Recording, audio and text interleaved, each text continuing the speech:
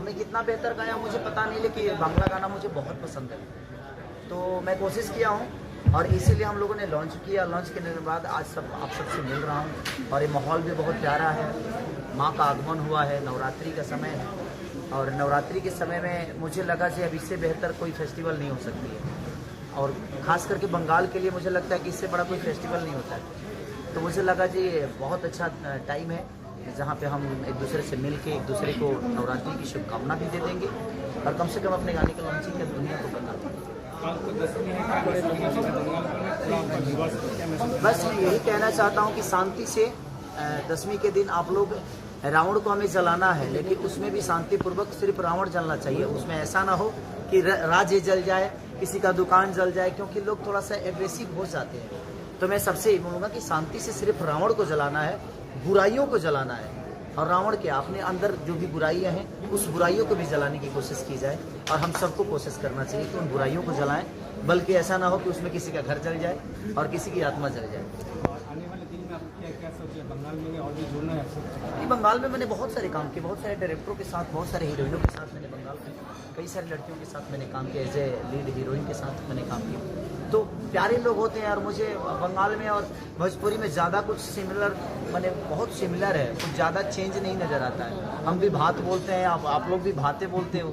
आजकल हम लोग चावल बोलने लगे हैं, लेकिन आज भी बंगाल में लोग भात ही बोलते हैं चावल को, और हम पहले अपने बचपन में जब हम गाँव पे थे तो भात ही बोलते थे। तो कहीं ना कहीं हमारा बंगाल का भाषा और भोजपुरी का भाषा बहुत मिलता जुलता है, और हमारा मुझे लगता है कि बिहार के सबसे ज़्यादा लोग बंगाल में, क्योंकि नज़दीक भी है, और मेरे गांव के तो मुझे लगता है कि 99% लोग यहीं हैं बंगाल में। तो एक परिवार जैसा लगता है, और बंगाल में बहुत कार्यक्रम भी किया हूँ और बहुत सारे ऐसे मित्र हैं जिनसे मिलता हूँ और घर पे जाता हूँ तो मुझे अपनापन ही फील होता है। दो लाइन सुना दीजिए। नी बंधु 3 दिन तोरे बाड़ी को बेलम देखम पेलम ना बंदी 3 दिन, इतना ही जाता है मुझे। ये गाना के पहले सुने थे आप? हाँ, पहले मैं जबकि 12-14 साल का था तो उस समय मैं रामायण महाभारत गाता था, तो उस समय हम लोग को यही गाना जो है ना बहुत फेमस था उस समय। तो मुझे लगता है काफ़ी पहले से ही फेमस गाना है। तो मेरे जहन में था, तो मैं एक दिन गा रहा था तो बद्री जी ने बोला कि यार ये मेरी ही कंपनी का गाना है, तो इसको थोड़ा सा कोलैबोरेशन करिए आप। ठीक है सर, अगर आप कर रहे हैं तो करते हैं। तो हमने कोशिश की और आज देखिए नंबर ट्रेंडिंग में हर जगह है, म्यूजिक सेक्शन में भी है, मेन ट्रेंडिंग में भी है, इसका टीजर भी ट्रेंडिंग में था, इसका मोशन पोस्टर भी ट्रेंडिंग में। तो कहीं ना कहीं लोगों का प्यार है, और बंगाल बड़ी प्यारी भाषा है, बंगाल की भी बड़ी प्यारी भाषा है। यहाँ के लोग बड़े प्यारे होते हैं, थोड़ा लाउड होते हैं बट प्यारे होते हैं, तो अच्छा लगता है। तो मैंने कोशिश की है, और बंगाल का कितना प्यार मिल रहा है अब आप लोग को बताना है कि इस गाने को और ऊपर ले जाना है, ताकि ये आपका भाषा किसी भी लैंग्वेज में आए, किसी भी लैंग्वेज का कलाकार अगर गाए तो इसको बड़ा करना आपका कर्तव्य हो जाता है। बंगाल में क्यों लॉन्च किया गाना?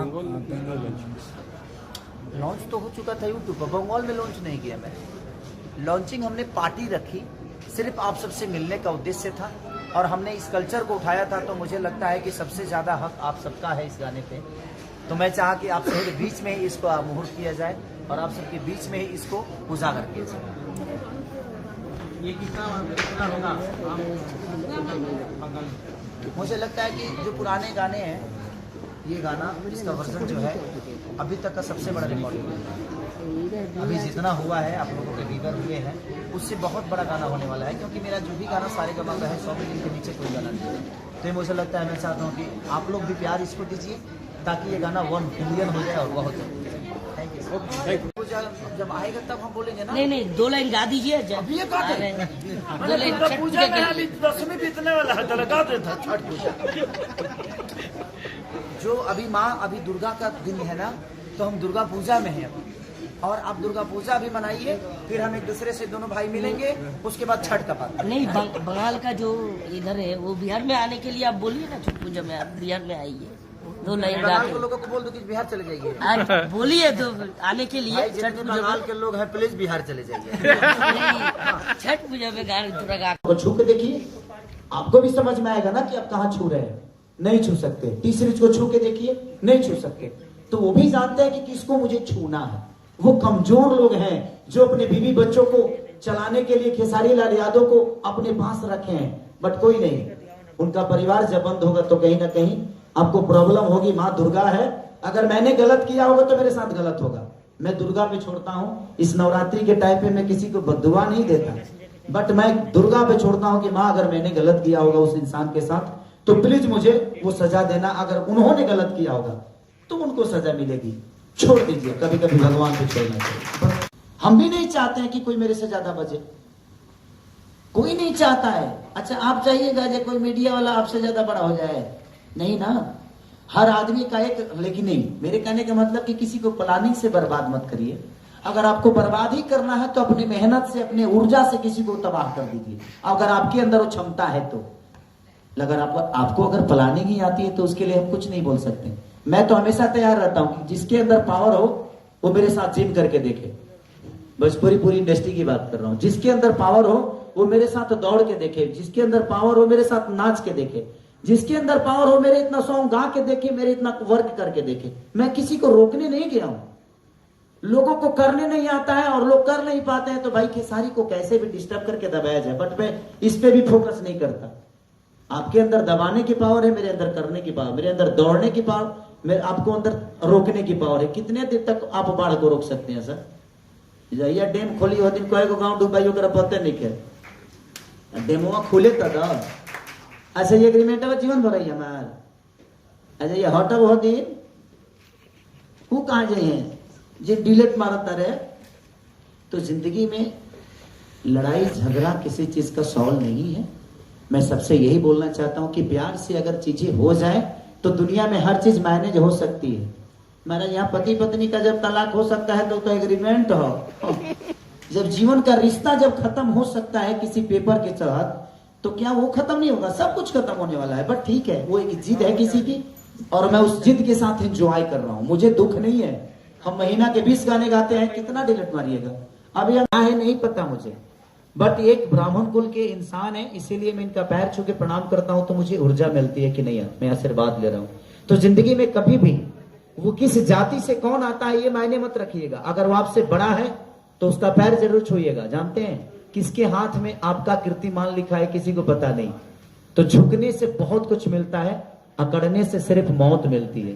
तो कोशिश करिए कि झुक के अपने जीवन को बड़ा करिए, अपने माँ बाप का सम्मान करिए, अपने बड़ों का कद्र करिए। उससे बेहतर जीवन जीने का कोई जरिया नहीं है और उससे बड़ा हथियार कोई नहीं है। अगर 10 लोग आपको जानेंगे तो वही 10 20 को जनाएंगे, वही 20 30 को जनाएंगे और ऐसे ही दुनिया में आप एक मिसाल कायम कर जाओगे।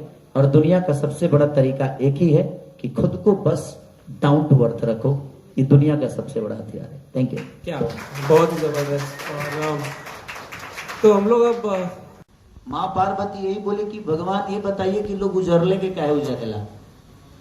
भगवान कहले कि बेमतलब के काहे के फेरे में पड़ल बड़ू, चलो खाना पीना बनाओ अस्थिर हो जा। तो ना चले आप बताइएगा नहीं तब तक हम खाना नहीं बनाएंगे। कुछ देर के बाद माँ पार्वती इस बात को भूल गई कि मैंने क्या पूछा था। भगवान बोले कि चलो जंगल में चलते हैं। जंगल में जाने के बाद बोले भगवान की कुछ बनाओ पार्वती, कुछ भूख सी लगी है मुझे। तो माँ ने लकड़ी लाया, ईंटा लाया, खाना बना के उनके सामने परोस दी। तो भगवान पूछे कि बताओ कि लकड़ी कहां से आया? तो मैं यहां से लाई। भांग कहां से आया? तो यहां से आया। ईंटा कहां से आया? तो बोले कि 2 ईंट था, तो एक वो इनार था, उस इनार में एक इनार थोड़ा सा ढह गया था और दूसरा ठीक था। तो उन्होंने बोला तो किसमें से ईंटा लाई? तो वो जो ढह गया था उसी में से लेके चलिए।